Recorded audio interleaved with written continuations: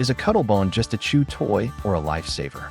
Calcium is one of the most important nutrients for budgies, yet it's often misunderstood.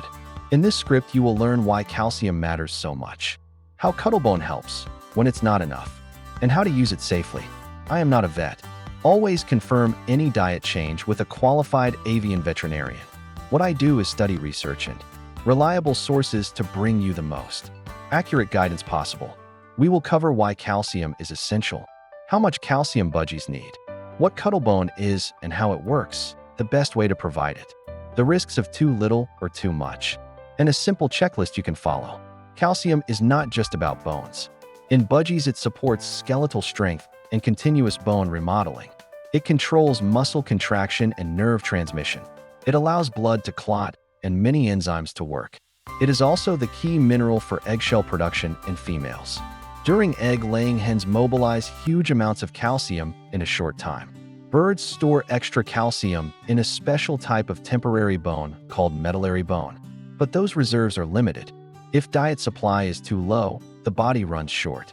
Deficiency can cause tremors, weakness, seizures, egg binding, thin or broken shells, and fragile bones. But more is not always better. Calcium interacts with phosphorus and vitamin D3. Too little vitamin D or too much phosphorus stops calcium from being absorbed. Too much calcium or vitamin D can cause kidney damage. Balance is the key. Research on budgerigars shows a narrow, safe range. About 0.3% calcium in the diet is enough for growth and egg laying. Around 0.7% already led to mineral deposits in kidneys in the study. At 1.5% calcium, the birds became sick and some died.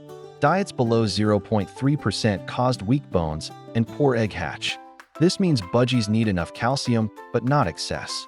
The calcium to phosphorus ratio is also important. Nutrition references suggest about 1.5 parts calcium to 1 part phosphorus for adult maintenance, up to 2 to 1 in growing birds. If the ratio is wrong, calcium is not absorbed properly. Seed diets in particular are far too low in calcium and very high in phosphorus. That is why supplementation is usually necessary. Seed-heavy diets are the most common cause of calcium shortage. Seeds are naturally poor in calcium, and when budgies remove the husk, they lose even more of what little mineral was present. A seed-based diet often has a calcium to phosphorus ratio worse than 1:30. Pellets are usually better balanced, but brands differ and some may already contain high levels of calcium and vitamin D. Adding heavy extra supplementation on top of that can cause excess and kidney problems. In the past, there have even been feed recalls where vitamin D was too high, causing mineralization and deaths in budgerigars.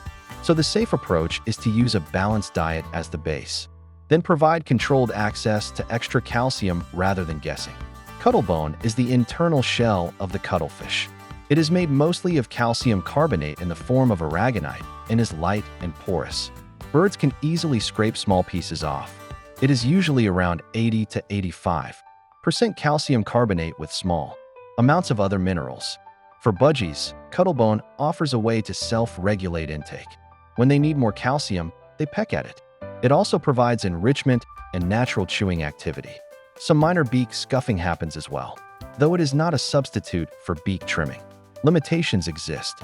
Calcium carbonate in solid form is not absorbed as efficiently as soluble calcium salts.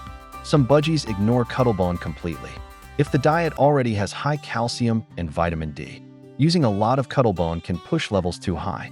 Still, it remains a safe, simple, and inexpensive option for most cages. To set it up properly, start with the base diet of pellets and leafy greens. Then add a cuttlebone clipped to the bars near a perch, with the softer side facing the bird. Keep it away from droppings. Do not soak it, because it absorbs water and spoils quickly. Replace it when worn down or dirty.